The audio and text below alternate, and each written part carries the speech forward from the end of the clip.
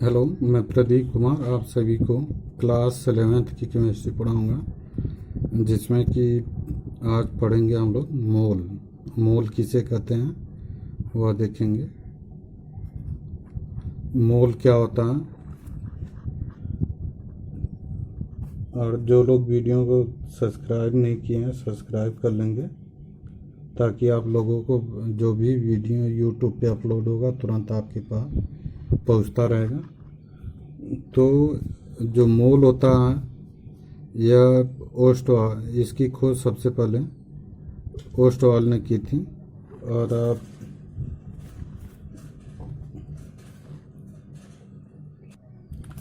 तो मोल जो होता है वह किस कोई भी पदार्थ है उसका कितना कण, यानी कि मोल एक मात्रा है जो कि यह बताता है कि कोई भी पदार्थ है या कोई भी विलयन हो उसमें कितने पदार्थ विलय के कितने कण या किसी भी पदार्थ का कितना कण उसमें घुला हुआ है, तो वह क्या कहलाता है, मोल कहलाता है। तो मोल यानी कि किसी पदार्थ की वह मात्रा जिसमें उसके 6.23 इंटू 10⁻23 कण उपस्थित होते हैं। पदार्थ का एक मोल कहलाता है। तो यहाँ पे कह सकते हैं कि मोल की खोज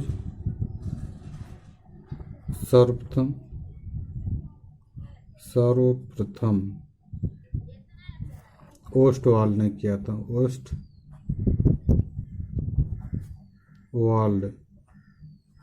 ने किया था। तो मोल की खोज सर्वप्रथम ओस्टवाल ने किया था। और इनके अनुसार जो परिभाषा दिया गया है, परिभाषा किसी पदार्थ की वह मात्रा, किसी पदार्थ की वह मात्रा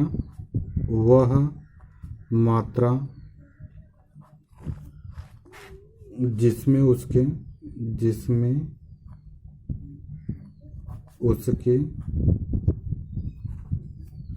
6.023 इंटू 10⁻23 कण उपस्थित होते हैं। 23 कण उपस्थित होते हैं।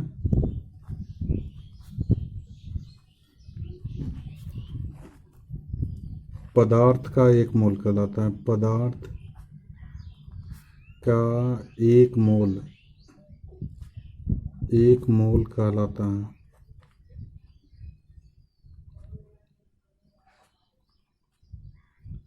तो यानी कि कोई भी किसी पदार्थ की वह मात्रा है जिसमें उसके 6.023 इंटू 10⁻23 कण क्या होते हैं, उपस्थित होते हैं, तो पदार्थ का एक मोल कहलाता है। तो यहाँ पर हो जाएगा एक मोल कण जो होता है या 6.023 इंटू 10⁻23 कण होता है। तो यहाँ पर कह सकते हैं कि जो मोल होता है, यानी कि एक मोल जो कण होता है वह 6.023 इंटू 10⁻23 कण के बराबर होता है। यानी कि अगर जिसे एक मोल अगर कॉपर ले लिया जाए तो यहाँ पे 6.023 इंटू 10⁻23 कण यह क्या होंगे, कॉपर के कण होंगे। यानी कि एक मोल कॉपर में इतने 6.023 इंटू 10⁻23 कण कॉपर के उसमें उपस्थित होंगे। अगर इसी में एक मोल मान लीजिए कार्बन डाइऑक्साइड ले लिया जाए CO2, तो कार्बन डाइऑक्साइड एक मोल ले लिया जाए तो उसमें 6.023 इंटू 10⁻23 कण किसके होंगे? कार्बन डाइऑक्साइड के होंगे। तो इसी तरह से 1 मोल H2O ले लिया जाए तो ये 1 मोल H2O में 6.023 इंटू 10⁻23 का किसके होंगे? H2O के होंगे। तो यानी कि इतने कणों को क्या कहते हैं? मोल कहते हैं। तो यहाँ पर जहाँ 6.023 इंटू 10⁻23 यह है आवोगाद्रो संख्या। आवोगाद्रो संख्या यानी कि इस संख्या को देने वाले हैं आवोगाद्रो, इसलिए इनको इस संख्या को क्या कहते हैं? आवोगाद्रो संख्या कहते हैं। और इसे Na से प्रदर्शित करते हैं। Na से प्रदर्शित करते हैं यानी कि इस संख्या को Na से प्रदर्शित करते हैं। तो यह रहा एक मोल की परिभाषा और मोल के बारे में हम लोग पढ़ें।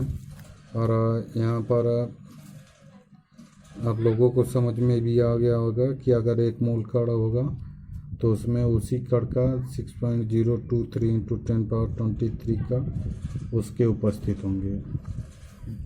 यहाँ पर 1 मोल कॉपर का लिया जाए तो इतने कण इसमें कॉपर के ही होंगे। कार्बन डाइऑक्साइड ले लिया जाए 1 मोल तो इतने कण उपस्थित होंगे। H2O ले लिया जाए तो H2O में भी इतने कण होंगे। उसी तरह से जो भी लिया जाएगा उसका इतना कण इसमें उपस्थित होगा। तो एक सूत्र भी इसमें है, पदार्थ के मोलों की संख्या,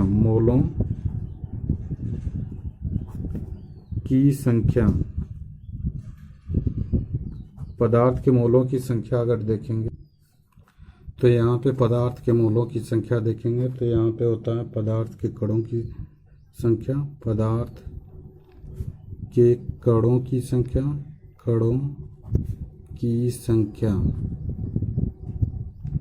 बटे होता है आवोगाद्रो संख्या।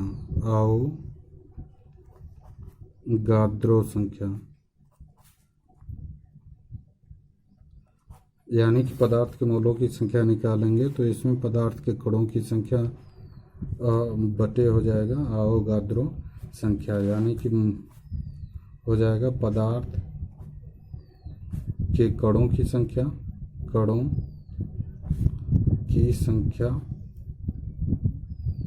बटे आवोगाद्रो संख्या क्या है? 6.023 इंटू 10⁻23 कण होते हैं। तो इसमें अब मोलों की संख्या जो होता है इसके बराबर एक और सूत्र होता है। यानी कि मोलों की संख्या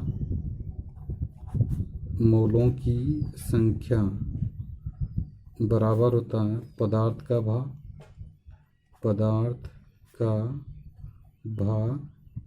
बटे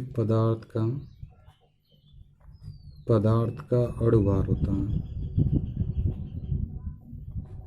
यानी कि चूंकि मोलों की संख्या बराबर 20 सूत्र होता है पदार्थ का भार बटे पदार्थ का अणुभार, तो यानी कि मोलों की संख्या की जगह पे यहाँ पर इतना रख सकते हैं। तो यहाँ पर हो जाएगा पदार्थ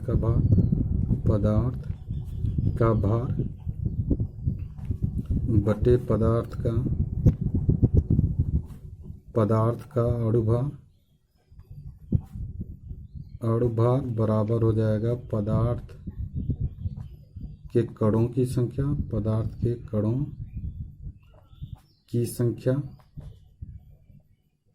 बटे 6.023 इंटू 10⁻23 कण। तो अब यह तिरक गुणा करके यहाँ पे लाएंगे तो यह हो जाएगा पदार्थ के कणों की संख्या, पदार्थ के कणों की संख्या, कणों की संख्या बराबर पदार्थ का भार, पदार्थ का भार बटे पदार्थ का अणु भार गुणे 6.023 इंटू 10⁻23। यह एक फार्मूला मिलता है जिसमें कि अगर पदार्थ का भार दिया रहे तो पदार्थ का भार दिया रहेगा तब भी पदार्थ के कणों की संख्या निकाली जा सकती है। अगर मोलों की संख्या दिया रहेगा तो यहाँ पे डायरेक्ट मोलों की संख्या भी निकाला जा सकता है इस सूत्र से।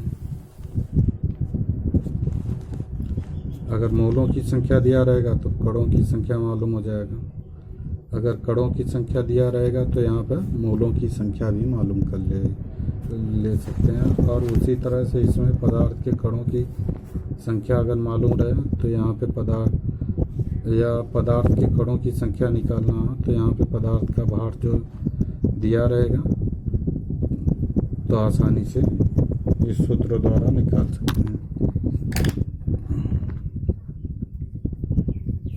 जैसे एक एग्जांपल है, एक क्वेश्चन ले लिया जाए इसी में, तो यहाँ पे 23 ग्राम सोडियम में सोडियम के कणों की संख्या, सोडियम के कणों की संख्या ज्ञात कीजिए। तो यहाँ पर 23 ग्राम सोडियम में है तो ये 23 ग्राम सोडियम है, सोडियम के कणों की संख्या ज्ञात करना है तो डायरेक्ट ये वाला सूत्र लगाएंगे तो सोडियम के कणों की संख्या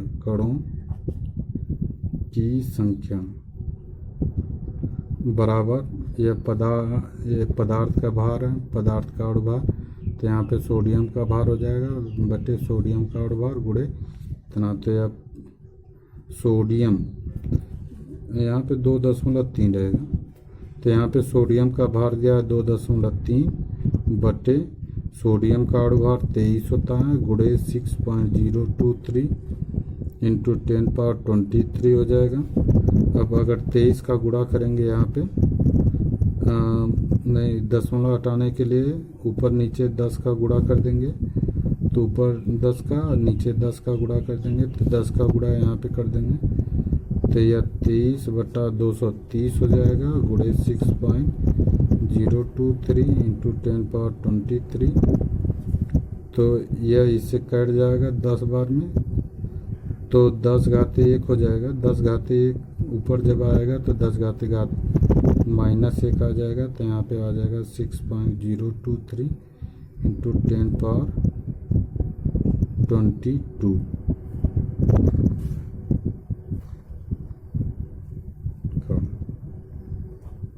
इतने आएंगे। तो इसी तरह से कई ठो सवाल हैं, कल करवा दें, अगले वीडियो में करवा देंगे। आज के लिए बस इतना ही। मोल पे कई ठो सवाल बताएंगे अगले वीडियो में। और जो लोग वीडियो को सब्सक्राइब नहीं किए हैं सब्सक्राइब कर लें ताकि जो भी वीडियो यूट्यूब पे अपलोड होता है तुरंत आपके पास पहुंचता रहे। और लाइक करना और शेयर करना मत भूलिए। Thank you.